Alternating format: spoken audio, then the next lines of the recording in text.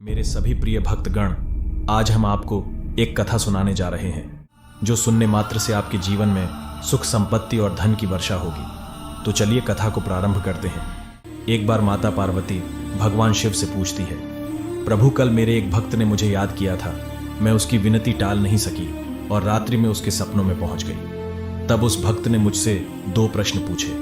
मैंने उससे कहा कि मैं कल फिर तुम्हारे सपनों में आकर तुम्हें दोनों प्रश्नों के उत्तर अवश्य दूंगी। प्रभु जब से मेरे से यह 2 प्रश्न पूछे गए हैं तब से मेरा मन विचलित हो गया है। कृपया आप मुझे उन दोनों प्रश्नों के उत्तर बताइए और मुझे संतुष्ट करें ताकि मैं अपनी भक्त को इन दोनों प्रश्नों के उत्तर दे सकूं। अगर आप यह कहानी सुन रहे हैं तो पूरा सुनिए, क्योंकि इस पवित्र कथा को पूरा सुनने से मनचाहे फल की प्राप्ति होगी। इसलिए इस कथा को पूरा सुनिए। आप शिव भक्त हैं तो भोलेनाथ का अनादर ना करें। भगवान शिव कहते हैं, पार्वती ठीक है, तुम अपने दोनों प्रश्न बताओ, मैं तुम्हारे प्रश्न का उत्तर देने का प्रयास करूंगा। माता पार्वती बोलती है, प्रभु मेरा पहला प्रश्न है, कौन सी महिला के जीवन में एक पुत्र नहीं होता। मेरा दूसरा प्रश्न है कि किस प्रकार के श्रृंगार से स्त्री को स्वर्ग में स्थान मिलता है। भगवान शिव कहते हैं, पार्वती तुम्हारे दोनों प्रश्न अत्यंत महत्वपूर्ण हैं। जो भी इन प्रश्नों के उत्तर को समझकर जीवन में लागू करता है उसे जीवन में और मृत्यु के बाद भी अधिक ज्ञान प्राप्त होता है। भगवान शिव अपनी बात जारी रखते हैं, पार्वती मैं तुम्हें तुम्हारे दोनों प्रश्नों के उत्तरों को एक छोटी सी कहानी के माध्यम से दूंगा जिससे तुम अच्छे से समझ सकोगे। मगर मेरी एक शर्त है, जब तक मैं इस कहानी को सुना रहा हूं तुम्हें ध्यान से सुनना होगा। पार्वती बोलती है, ठीक है प्रभु, मैं आपको वचन देती हूं कि मैं कहानी को पूरे मन से सुनूंगी। भगवान शिव बताते हैं कि पार्वती पहाड़ों की एक गहरी खाई में एक छोटा सा गांव था। उस गांव के मुखिया के पास 2 पुत्र थे। पुत्रों की शादी हो चुकी थी। मुखिया की पत्नी और मुखिया के बड़े पुत्र की पत्नी दोनों बड़ी ही दुष्ट स्वभाव की थी। इसलिए मुखिया की पत्नी अपने बड़े पुत्र की पत्नी को बहुत प्यार करती थी, मगर छोटे पुत्र की पत्नी बहुत ही अच्छे स्वभाव की थी और वह एक पतिव्रता स्त्री भी थी। घर के सारे काम उन्हीं को करने पड़ते थे। फिर भी मुखिया की पत्नी और उसके बड़े पुत्र की पत्नी हमेशा छोटी पुत्र की पत्नी का अपमान करती रहती थी। मुखिया के बड़े पुत्र की पत्नी के पास एक बेटा था, वहीं छोटी बहू उसका कोई बेटा नहीं था। भगवान शिव बताते हैं कि पार्वती, मुखिया की पत्नी और बड़ी बहू हमेशा छोटी बहू के पुत्र को लेकर ताना मारती रहती थी, लेकिन वो बेचारी कुछ नहीं कर सकती थी। वह हमेशा सुनती थी। अब मैं तुम्हें मुखिया की छोटी बहू की कहानी विस्तार से सुनाता हूँ। इस कहानी से तुम्हें तुम्हारे पहले प्रश्न का उत्तर मिलेगा। तो यह था तुम्हारा पहला प्रश्न, कौन सी स्त्री के भाग्य में पुत्र नहीं होता है। भगवान शिव कहते हैं कि पार्वती, मुखिया की पत्नी बड़े ही दुष्ट स्वभाव की स्त्री थी। उसके कुटिल स्वभाव से सभी घर वाले परेशान थे, लेकिन अपनी सीधी साधी बहू सुकन्या को वो कुछ ज्यादा ही परेशान करती थी। उसे सताने में मुखिया की बहू को विशेष आनंद आता था। मुखिया के छोटे बेटे की बहू का नाम सुकन्या था। एक दिन सुबह सुकन्या घर के अंदर झाड़ू पोछा कर रही थी। तभी मुखिया की पत्नी वहां आई और बोली, जल्दी जल्दी झाड़ू पोछा कर, मैं मंदिर जा रही हूँ। मेरे वापस आने पर खाना तैयार होना चाहिए और ध्यान देना खाने में अन्न बर्बाद नहीं होना चाहिए। भगवान शिव कहते हैं, पार्वती वह खामोश रहकर अपनी सास की बातें सुन रही थी और उसने सिर से हाँ मैं हाँ मिलाया और फिर से घर की सफाई करने लगी। उसके बाद सुकन्या खाना बनाने लगी। सुकन्या अभी खाना बना ही रही थी, तभी बाहर से किसी ने दरवाजा खटखटाया तो सुकन्या ने सोचा, अभी भोजन बना भी नहीं है, लगता है सास जी जल्दी लौट आई है। फिर सुकन्या ने एकदम से दरवाजा खोला तो देखा वहां पर एक सन्यासी खड़ा है। अब उस साधु ने कहा, बेटी तेरे सुहाग अमर रहे, कृपया बाबा को कुछ भोजन करवा दो, मुझे तेज भूख लग रही है। सुकन्या जो एक सुशील और संस्कारी स्त्री थी, उसने सोचा कि अगर मैं साधु महाराज को भोजन कराती हूं तो यदि मेरी सास आ गई तो वह क्रोधित हो सकती है। कुछ समय सोचने के बाद सुकन्या ने साधु से कहा कि भोजन करने के लिए अंदर आ जाए। और तब सुकन्या ने खुद से पूछा, सांस से डरने का क्या है, यदि मेरी सास आ भी जाए और मुझसे कुछ कहे तो मैं उनसे कह दूंगी कि मैं अपने हिस्से का भोजन इन्हें दे रही हूं। सुकन्या साधु को भोजन कराने में लग गई। इस समय साधु भोजन कर रहे थे कि अचानक सुकन्या की सांस आ गई। साधु को घर के अंदर भोजन करते हुए देख कर उसका पारा 7वें आसमान पर चढ़ गया और सुकन्या से कहा, यहां पर कोई भंडारा नहीं चल रहा है। और उसकी सास ने साधु को धक्के मारकर घर से निकाल दिया और उसका खाना फेंक दिया। और उसके बाद उसका गुस्सा सुकन्या पर टूटा और वह कहने लगी, मैंने तुझसे कहा था कि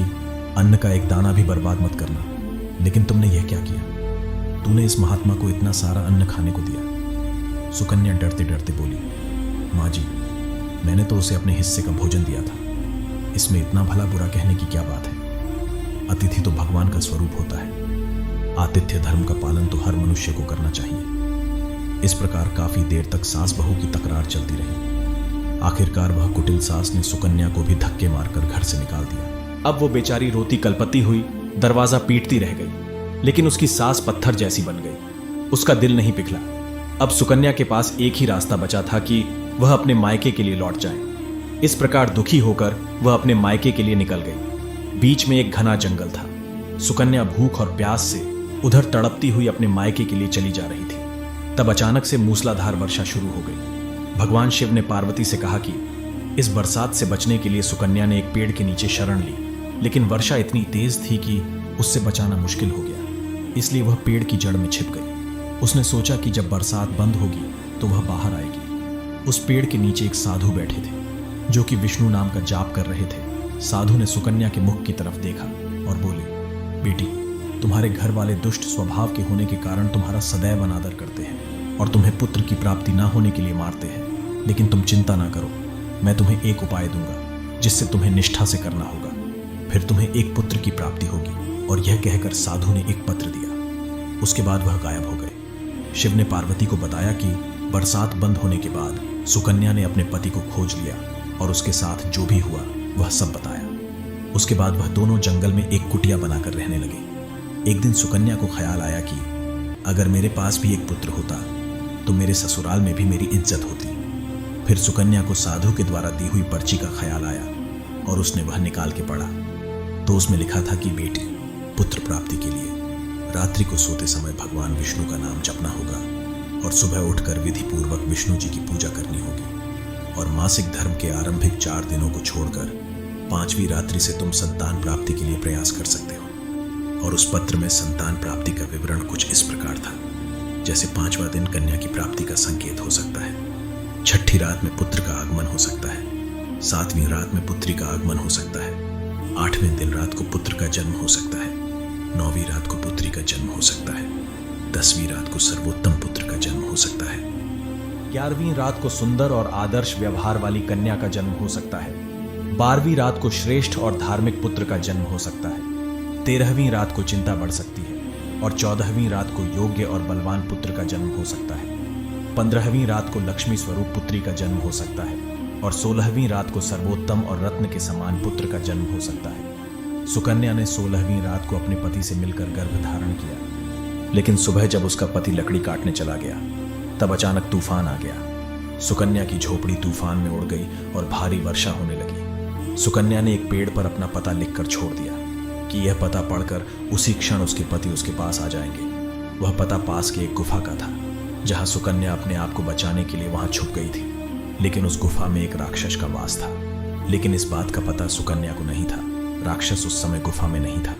जब कुछ समय के बाद राक्षस अपने गुफा में लौटा तो सुकन्या उसे देखकर डर गई और गुफा में अंदर जाकर छुप गई। राक्षस जब वापस आया तो उसने एक गुप्त दरवाजा खोला जिसके अंदर खजाना छुपा हुआ था।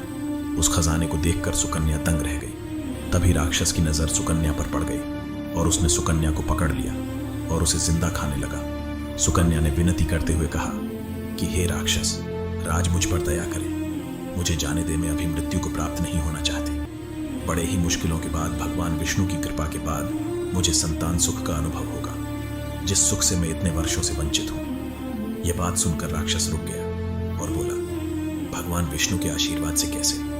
फिर सुकन्या ने अपने जीवन की आप बीती सुनाई और संतान प्राप्ति के लिए भगवान विष्णु की विधि पूर्वक पूजा के बारे में भी बताया। राक्षस ने यह सब सुनकर सुकन्या को छोड़ दिया, क्योंकि राक्षस भी निसंतान था। उसने भी सुकन्या द्वारा बताए गए विधि से पूजा करने का निश्चय किया और सुकन्या को पूरा खजाना दे दिया। कुछ देर बाद सुकन्या का पति वहां पहुंचा। सुकन्या ने सारी बात बताई। उसके बाद दोनों वहां से खजाना लेकर चले गए और पास के गांव में जमीन खरीदकर एक सुंदर घर बनाया और खुशी से अपना जीवन यापन करने लगे। फिर समय पूर्ण होने के बाद सुकन्या को आशीर्वाद स्वरूप पुत्र की प्राप्ति हुई, जिसे अपनी गोदी में खिलाते हुए उसके आनंद की कोई सीमा नहीं थी और उसने विष्णु जी का दिल से आभार व्यक्त किया। वही मुखिया के बड़े बेटे की बहू, जो सुकन्या को पुत्र के लिए हमेशा डांटती रहती थी, उसे इस बात का जब पता लगा कि सुकन्या को पुत्र की प्राप्ति हुई और धन भी प्राप्त हो गया। तो मुखिया की बड़ी बहू ने सुकन्या के सामने हाथ जोड़कर अपनी गलती के लिए माफी मांगी। सुकन्या एक बड़ी ही पतिव्रता स्त्री थी। वह बहुत ही दयालु स्वभाव वाली स्त्री थी, इसलिए उसने अपनी जेठानी को क्षमा कर दिया और जो खजाना वह लाई थी उसका आधा हिस्सा अपनी जेठानी को भी दे दिया। इस तरह मुखिया, जो अब अपने छोटे से पोते का वात्सल्य देखकर काफी खुश हुआ और भगवान का आभार व्यक्त किया, अपने पूरे परिवार के साथ खुशियों का आनंद लेने लगा। तुमने पूछा था कि कौन सी स्त्री के पुत्र नहीं होता, तो ध्यान से समझो। विष्णु के निर्देशित नियमों के विपरीत जो काम करते हैं उनके भाग्य में पुत्र नहीं होता। पुत्र प्राप्ति के लिए मन में सच्ची भावना और मन का पवित्र होना अनिवार्य है और इसके साथ ही विधिपूर्वक अपने इष्ट देवता की पूजा करना होता है। भगवान शिव कहते हैं, पार्वती, अब तुम्हारा दूसरा प्रश्न था कि कौन सा श्रृंगार करने से स्त्री को स्वर्ग में स्थान मिलता है, तो वो है चरित्र रूपी श्रृंगार, यानी चरित्रवान और पतिव्रता स्त्री। मुखिया की छोटी बहू सुकन्या की तरह वह भी मृत्यु के बाद स्वर्ग में जाती है, क्योंकि उसका चरित्र बहुत ही उज्ज्वल था। हर स्त्री को स्वर्ग में स्थान मिलता है, जैसे कि मुखिया की छोटी बहू सुकन्या, जिसका चरित्र बहुत ही उज्ज्वल था, उसे भी स्वर्ग में स्थान मिला। जय भोलेनाथ।